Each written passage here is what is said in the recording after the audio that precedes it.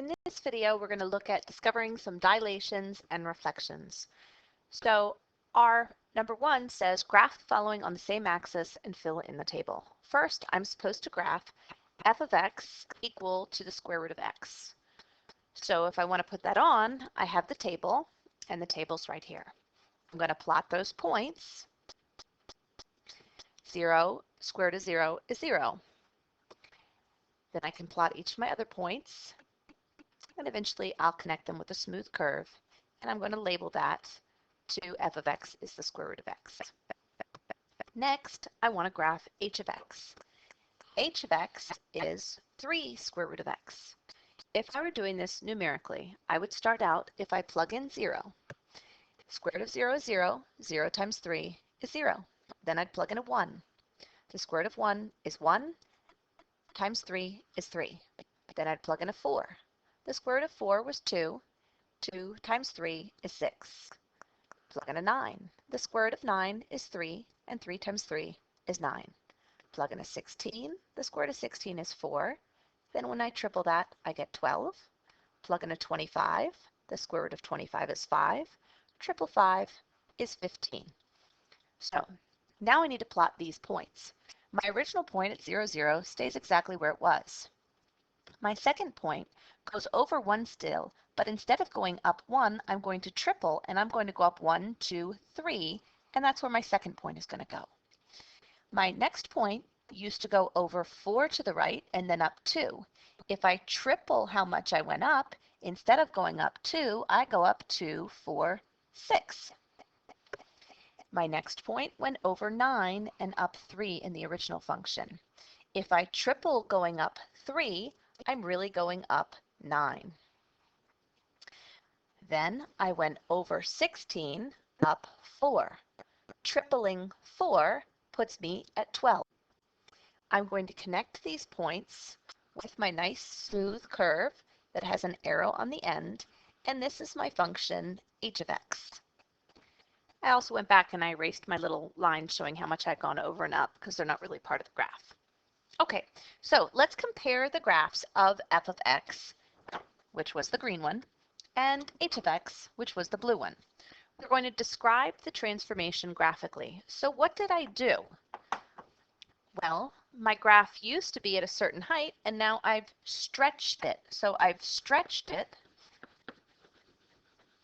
by 3, which was the number I multiplied by, vertically. We can also call that a vertical dilation. You might remember that from geometry, with a scale factor of 3. You could say it either way, either stretch or dilate. All right, let's compare the table of f of x and h of x and describe the transformation algebraically. What did we do? Like I said, we multiplied by 3.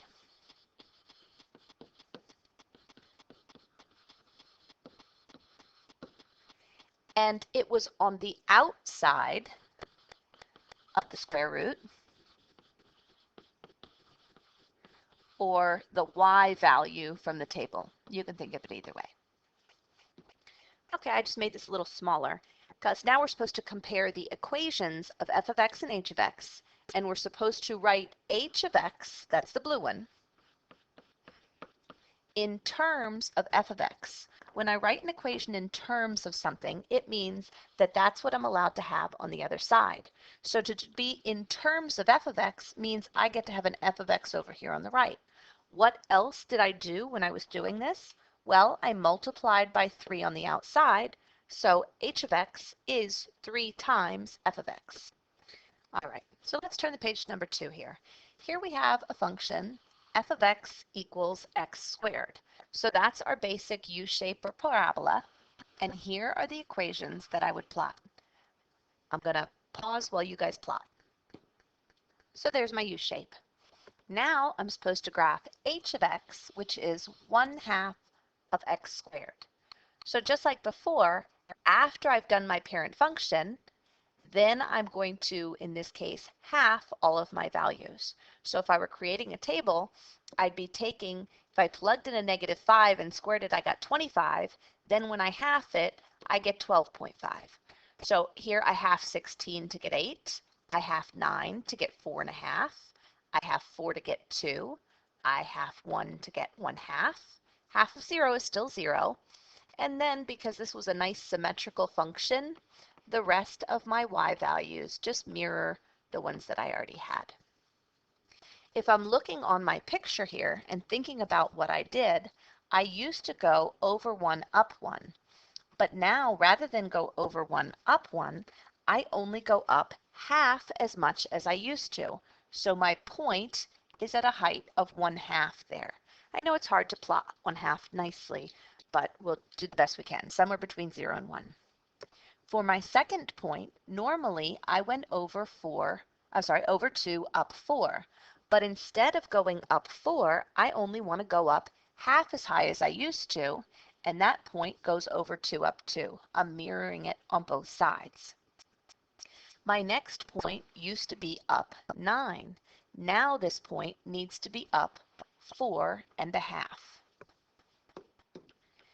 The next point used to be over 4 up 16, but now it's going to go over 4 up 8 because I halved my y value.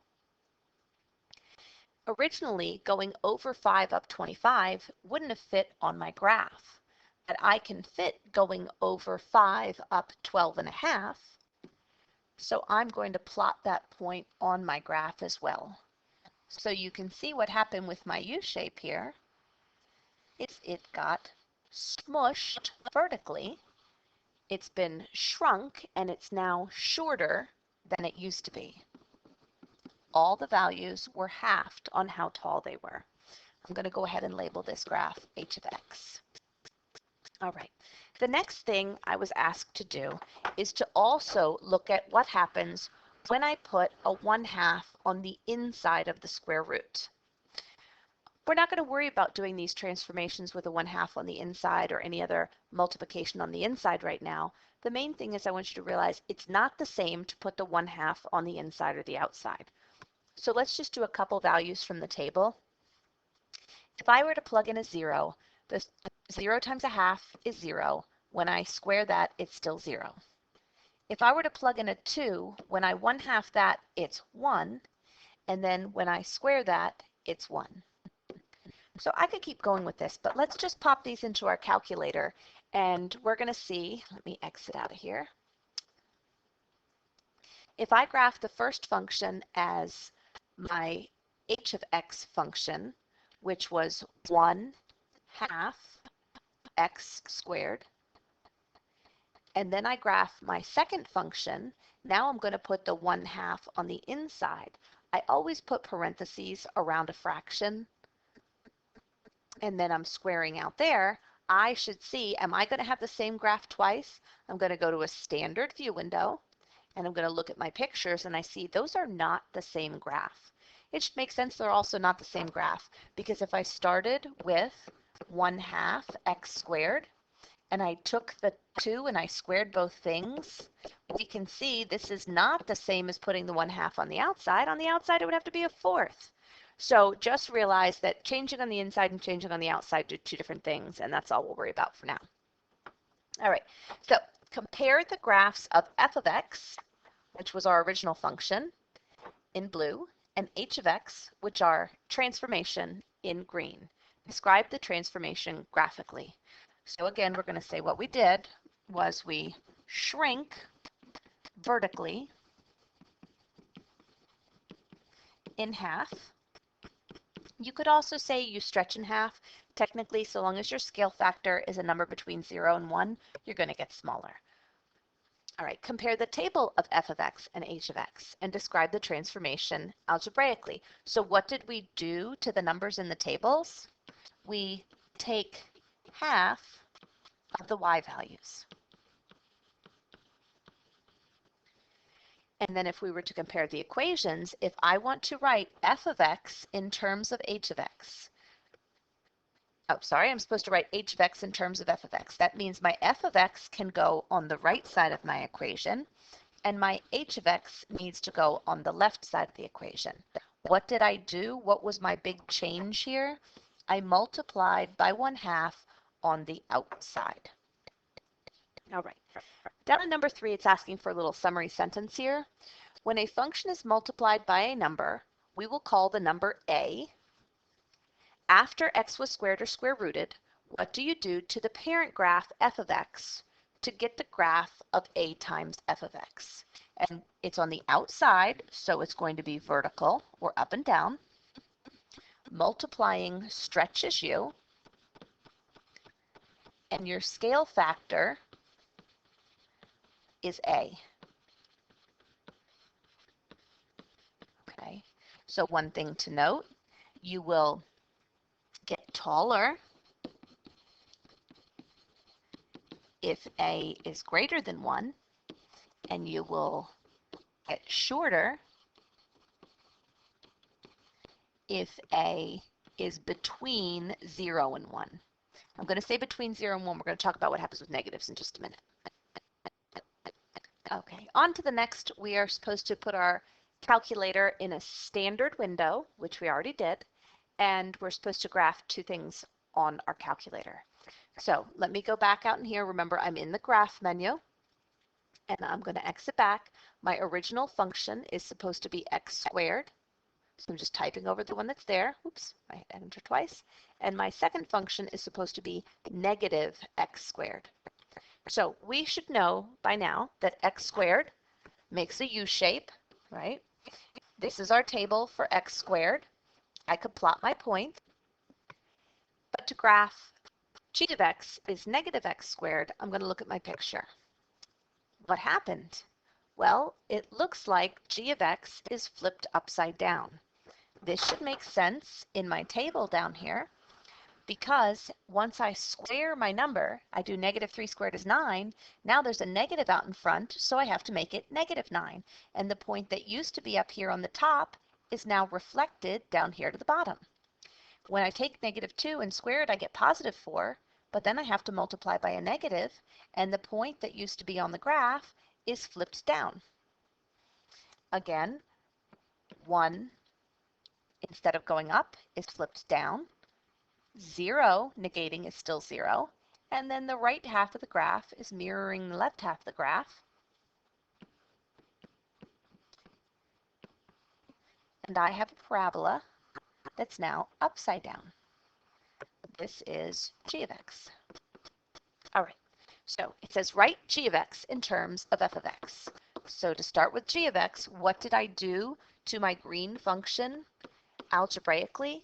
If I want to get that equation, I have to throw a negative out in the front to make it negative f of x.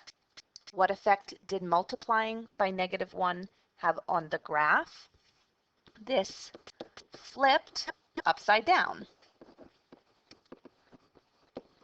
That's not a very mathematical statement, so my mathematical terms that I would write would be to reflect over the x-axis. Remember, the x-axis is the one that goes horizontally.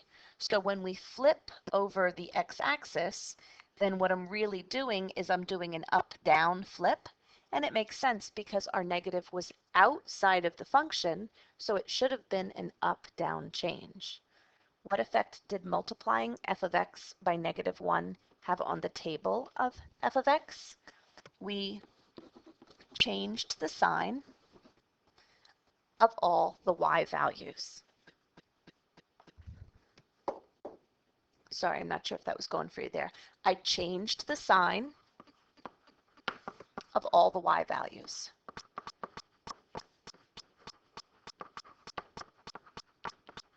In our case, they were all positive and we made them all negative, but if they had been negative originally, they would have become positive. Okay, let's scroll down here for one last example. In this one, we're graphing f of x equals the square root of x. So to graph f of x is the square root of x, I'm doing that up here in green, and that gave me my half a sideways parabola. Here was the table for that function. If I want to put this in my calculator, I'm going to graph the square root of x, and then the second y2, I'm going to graph the square root with a negative in front of the square root of x. So what do I think is going to happen When I put a negative on the outside, outside is vertical changes, so it should flip me upside down, and it does. On my calculator, it almost looks like I have two sides of this parabola now, but, oops, sorry. In reality, that's two separate graphs there, so I just put those points on. Now, in my table, actually, let me get rid of these values from the table. If I wanted to make x, I can't take the square root of a -1, so that's not there. Square root of 0 is still 0. Square root of 1 is 1, but now we're going to negate it. Square root of 4 is 2, but now we're going to negate it. Square root of 9 is 3, but now we'll negate it. Square root of 16 is 4, but now we negate it. And that's how I got my points there. So to write g of x in terms of f of x, what happened here? Again, just like before, I threw a negative out in front. And again, what effect did multiplying f of x by -1 have on the graph?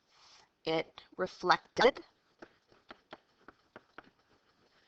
over the x-axis, which again is a flip vertical.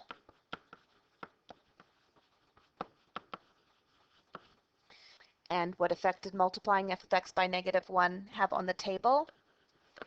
It made the y's change sign.